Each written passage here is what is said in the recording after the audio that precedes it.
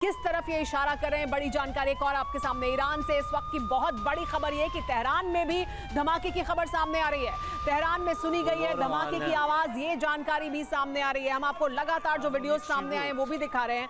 साथ ही एक और बड़ी खबर भी आपको बता रहे हैं कि तेहरान में भी धमाके की आवाज सुनी गई है, ये जानकारी सामने आ रही है। हमारे साथ ग्रुप कैप्टन विनोद ऑगस्टीन भी मौजूद हैं, डिफेंस एक्सपर्ट हैं। विनोद ऑगस्टीन जी, मनीष झा भी ये कह रहे थे कि अगर एक भी टॉप कमांडर की हत्या होती है या उनको टारगेट किया गया है इन धमाकों के जरिए, तो ईरान खुद से UEM जयपुर एक आदर्श लक्ष्य है। भावी छात्रों के लिए अच्छी नौकरी, भविष्य के लिए तैयार कौशल के साथ अच्छी शिक्षा डिक्लेयर कर देगा, युद्ध की शुरुआत हो जाएगी। क्या ईरान ऐसा करेगा या ईरान कुछ समय तक ये कहेगा कि हम देख रहे हैं, ये इंटरनल मामला हो सकता है? क्या वो अवॉइड करने की कोशिश करेगा, बचने की कोशिश करेगा या युद्ध डिक्लेयर करेगा?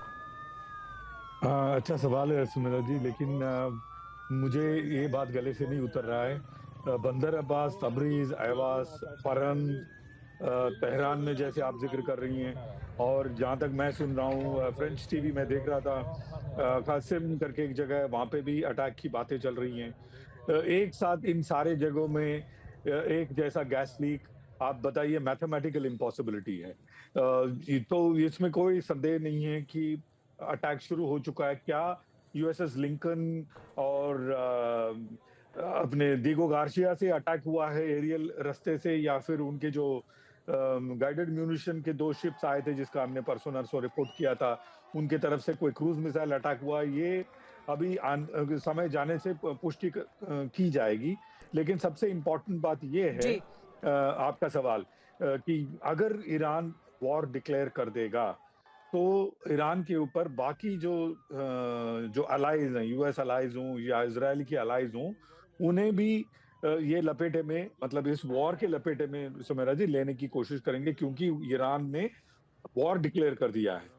लेकिन जब तक ईरान ने वॉर नहीं डिक्लेयर किया है तब तक उनके अलाइज को इकट्ठा करना इनके लिए बहुत मुश्किल हो जाएगा, जिस वजह से मेरे ख्याल से ईरान ऐसा नहीं करेगा, डिक्लेयर नहीं करेगा आपके मुताबिक, लेकिन प्रति अटैक जरूर करेगा। लेकिन वो जवाबी कार्रवाई जरूर करेगा। मनीष, क्या आपको लगता है कि क्या ईरान अभी फिलहाल तो अभी जो स्थिति है पहले उसको लेकर क्या और कोई नई जानकारी आपके पास आ रही है? सबसे पहले तो मैं चाहूंगी कि आप हमें लगातार अपडेट भी देते रहें, क्योंकि हमारे पास जो जानकारी आ रही है वो लगातार हम अपने दर्शकों को दिखा रहे हैं। अलग अलग शहर हैं, 5 से 6 शहरों में धमाके हुए हैं। एक और बड़ी खबर आ रही है, ये भी बता देते हैं। ईरान में धमाकों से जुड़ी हुई इस वक्त की बड़ी खबर ये कि अब तक 14 लोगों की मौत हुई है। कई लोग अस्पताल में भर्ती हैं, घायलों में बच्चे भी शामिल हैं, ये जानकारी मिल रही है। तो देखिए, पहले 4 लोगों की जानकारी आई थी कि 4 लोगों की मौत हुई है बंदर अब्बास पोर्ट के पास जो धमाका हुआ था, लेकिन अब नई जानकारी सामने आई है, 14 लोगों की मौत हुई है। कई लोग जो घायल हैं उन्हें अस्पताल में भर्ती कराया गया है और घायलों में बच्चे भी शामिल हैं। ये बड़ा अपडेट इस वक्त ईरान में हुए धमाकों से जुड़ा हुआ है। मनीष, बड़ा सवाल लेकिन ये कि क्या और कोई जानकारी निकलकर सामने आ रही है? क्या ये खास लोगों को टारगेट कर ये अटैक किया गया, जैसे कि हम पहले भी देखते आए हैं, खास साइंटिस्ट हो या अहम लोग हो IRGC के जिनको टारगेट किया जाता रहा है? क्या उस तरह का टारगेटेड अटैक था ये लोगों पर खास तौर पर? बिल्कुल, देखिए, IRGC के नेवी कमांडर को लेकर जो बात आ रही है, आधिकारिक तौर पर उन्होंने ये कहा है कि हमारा कोई भी नेवी ऑफिशियल इसमें नहीं मारा गया है। और मनीष रोक रही हूं मैं आपको, एक और बड़ी खबर आ रही है, पहले बता देते हैं अपने दर्शकों को, फिर इस पर बात करेंगे। ईरान में हवाई हमले का अंदेशा, ईरान में एक्टिव हुआ है डिफेंस सिस्टम, ये जानकारी मिल रही है। डिफेंस सिस्टम से फायर हुई हैं मिसाइलें, ये कहा जा रहा है। तो देखिए, ये बड़ी जानकारी इस वक्त की, ये बताया जा रहा है, ये कहा जा रहा है, बड़ी खबर ये कि ईरान में हवाई हमले का अंदेशा है। ये कहा जा रहा है कि देखिए, हवाई हमला हो सकता है क्योंकि ईरान में डिफेंस सिस्टम एक्टिव हुआ है और डिफेंस सिस्टम ने फायर की हैं मिसाइलें। ये तस्वीरें हम आपको दिखा रहे हैं, डिफेंस सिस्टम द्वारा जो मिसाइल फायर की गई उसकी तस्वीरें। इसका मतलब एरियल अटैक हुआ है, हमला हुआ है और उस वजह से डिफेंस सिस्टम एक्टिव हुआ है। निशान भी हमारे साथ बने हुए। निशान, देखिए, ये जो तस्वीरें हैं ये बता रही हैं, क्या ये साफ तौर पर दिखा रही हैं कि हवाई हमला हुआ होगा, उसका अंदेशा जाहिर कर रही है तस्वीर? सुमेरा, जो इंफॉर्मेशन, जो जानकारी आ रही है, IRGC जनरल टंग टिरी जो उनकी नेवी के हेड थे, अपेरेंटली बताया जा रहा है कि वो ड्रोन अटैक में मारे गए। अभी मैं कंफर्म नहीं कर रहा हूं, लेकिन ये ड्रोन अटैक बताया जा रहा है, नंबर 1। नंबर 2, इस पूरे अटैक की मॉडस ऑपरेंडी को समझिए। ये पूरा अटैक किस तरीके से हुआ है।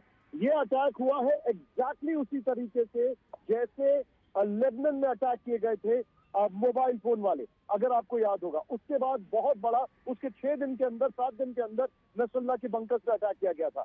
ये उसी तरीके से अटैक हुआ है जैसे वेनेजुएला के शहर के अंदर हमला हुआ। अगर आपको याद होगा, वेनेजुएला में कई जगह हमले चल रहे थे, 3-4 दिन से हम दिखा रहे थे, लेकिन मादुरो रिलैक्स थे और फिर एक बड़ा अटैक हुआ। ये वही मॉडस ऑपरेंडी है। मेरा ये हंच कह रहा है। जी निशांत, एक और बड़ी खबर आ रही है, अपने दर्शकों को ये भी बता दें, ईरान में धमाकों पर इजराइल ने बयान दिया है। इजराइल ने कहा है कि हमने धमाके नहीं कराए।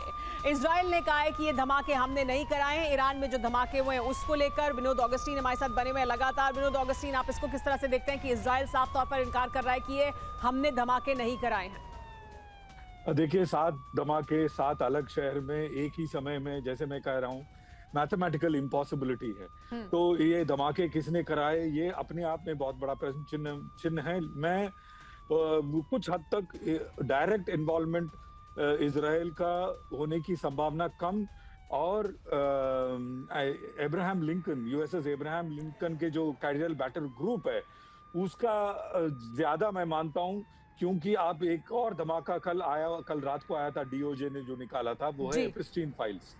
तो ये एपिस्टीन फाइल को छुपाने के लिए तो आपके मुताबिक ये हो सकता है कि एप्स्टीन फाइल की वजह से ये हो सकता है अंदेशा आप जाहिर करें कि अब्राहम लिंकन से किया गया हो ये। मनीष, आप कैसे देखते हैं, क्या ऐसा होगा? क्या इसकी गुंजाइश है कि इजराइल की तरफ से ना किया जाए और अमेरिका सीधे तौर पर आए, अमेरिका सामने हो, अमेरिका समर्थन करने के लिए आता है आमतौर पर इजराइल का कि हम इजराइल का समर्थन करेंगे, लेकिन क्या सीधे तौर पर आ सकता है? क्या है आपके मुताबिक?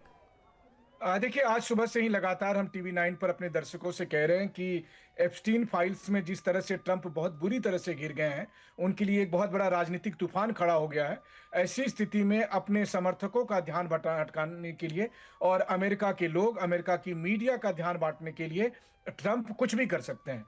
ट्रंप इस वक्त अपने को बचाने के लिए ईरान पर हमला कर सकते हैं, इसमें कोई दो राय नहीं है। लेकिन अभी हमें यह देखना है कि क्या ये हमला शुरू हो चुका है या नहीं। ईरान की तरफ से आधिकारिक तौर पर कहा जा रहा है कि नहीं, हमारे नेवी के कमांडर सुरक्षित हैं, लेकिन खबर ये आ रही है कि बंदर अब्बास में जो 2 फ्लोर में धमाके हुए, उसमें जो टारगेट पर आईजीसी के टॉप नेवी कमांडर थे। अगर ऐसा हुआ है तो उसका कारण चाहे जो भी हो, देखिए, इजराइल आधिकारिक तौर पर भले ही कहे कि हम इसमें इन्वॉल्व हैं, नहीं है, लेकिन उसके बाद ईरान नहीं सुनेगा अगर वहां पर ईरान के नेवी का कोई टॉप कमांडर मारा गया है। तो अब सारी बात इसी पर आकर टिकी है कि ये धमाके का नेचर क्या था। अभी तक हालांकि लोकल और टारगेट पर कौन था, में उन्होंने गैस टारगेट पर कौन था और धमाके का नेचर क्या था, ये 2 बातों पर बहुत कुछ निर्भर करेगा। आप ये कह रहे हैं कि आगे अगले कुछ घंटों में क्या होता है। हमारे साथ इस बीच मेजर जनरल अनुज माथुर भी जुड़ गए, डिफेंस एक्सपर्ट हैं। सर, बड़ी बात यह है कि क्या अमेरिका सीधे तौर पर हमला करने के लिए आगे बढ़ सकता है? सर, मैं आप